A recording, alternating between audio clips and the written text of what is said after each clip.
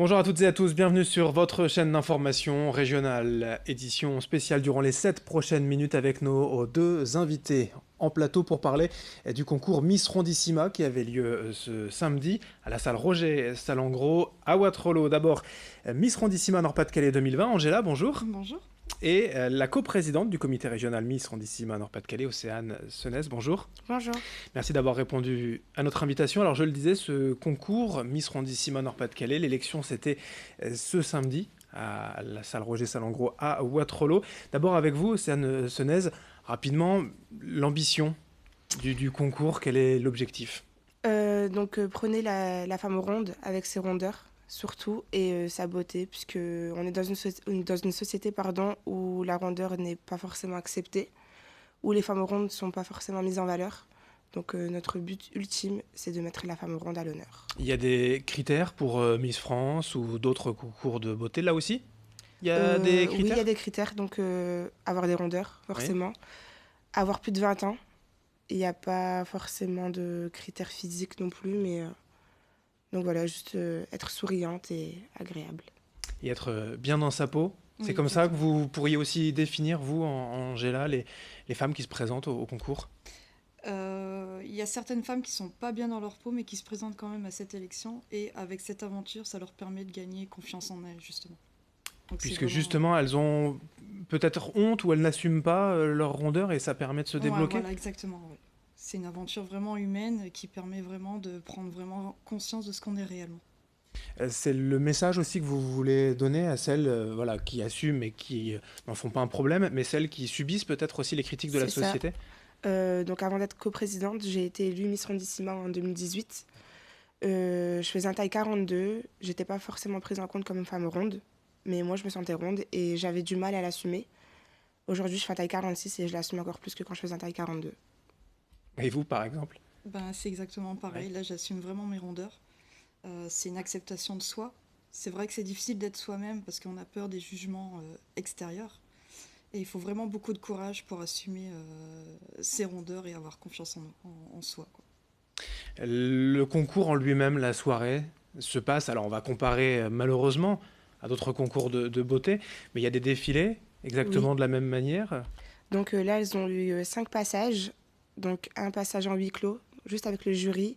Ensuite, un passage en tenue chic, tenue de ville, avec notre partenaire Chopetiante, qui est habillée aujourd'hui, la Miss.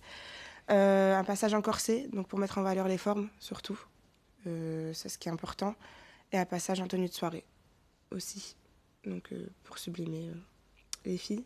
Voilà. Il y a effectivement ce diktat de la beauté, des tailles mannequins, entre guillemets. On passe 38, même c'est déjà peut-être trop rond dans les magazines. On va passer beaucoup plus bas. Mais il y a aussi, pour les femmes plus rondes, matière à exister forcément dans la mode aujourd'hui. Oui. Nous, là, ce qu'on cherche vraiment, c'est implanter la femme ronde dans le mannequinat. C'est vraiment important pour nous. On espère que dans quelques années, les femmes rondes seront mises à l'honneur plus que les femmes minces. Comment s'est passé pour vous, Angela, la préparation du concours? Vous avez entendu parler de ce concours? On vous a pas poussé, mais en tout cas incité à y aller? Comment ça s'est passé? J'ai une amie qui m'a envoyé justement la fiche du casting, qui m'a dit « J'ai quelque chose pour toi, t'es une belle femme, présente-toi ».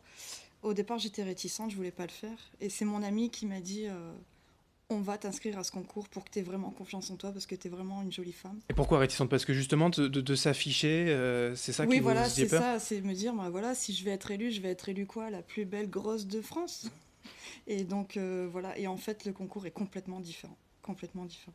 On s'est réunis, toutes les 13 candidates, à peu près 2 fois par mois, pour pouvoir réviser les chorégraphies et tout ça.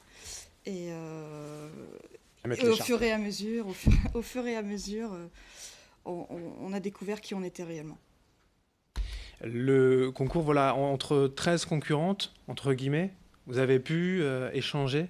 On a tissé des liens très très forts entre nous, parce qu'on est toutes pareilles. Et vous le disiez, il y en avait qui assumaient plus que d'autres, avec qui étaient moins timides, peut-être? Elles se sont tous révélées au cours de l'aventure. Ça leur a fait du bien, ça vous a fait du bien? Oui, exactement. Ouais. Je vois la vie différemment. Avant, pour parler peut-être très concrètement, mais vous aviez envie de maigrir, de perdre ses rondeurs, de faire des régimes ou autre? Justement, avant l'élection, j'avais été voir, enfin avant le casting, j'avais été voir un médecin pour pouvoir faire une sleeve. Et au fur et à mesure de l'aventure, j'ai pris l'ordonnance, je l'ai déchirée. Ça sert à rien. Pourquoi ça sert à rien? Parce que je m'accepte telle que je suis. Ça, c'est important. Ouais, c'est très important. J'ai plus ce regard extérieur qui me pèse en fait. J'ai plus peur du regard des gens en fait. Voilà. La première fois quand même, lors de la préparation du concours, quand vous êtes monté sur scène aussi avec ces tenues, etc., c'était pas simple peut-être? C'est pas que c'était pas simple, bon on avait peur, hein. Le stress était là dans les coulisses et quand on entendait nos prénoms hurler dans la salle, ça a donné du peps et puis ben voilà, c'était parti après. Le sourire était là. Aujourd'hui, qu'est-ce qui a fait que Angela a gagné, selon vous? Pourquoi le jury a voté On pour était elle? 11 jurys, enfin 11 jurés, pardon.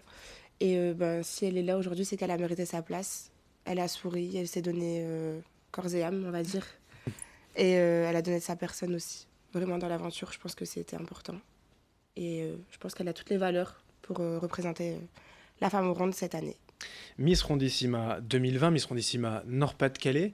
Vous êtes aujourd'hui avec l'ambition de créer d'autres concours régionaux pour passer sur un concours national. Tout à fait. Donc là, on est en suspicion pour avoir le comité Île-de-France dans l'année, pardon. Cette année, il n'y aura pas de comité d'élection France, forcément, parce que ça se crée petit à petit, mais on espère que dans quelques années, oui, on fasse l'élection de Miss Rondissima France. Et on vous le souhaite et puis on suivra cela de près, bien évidemment.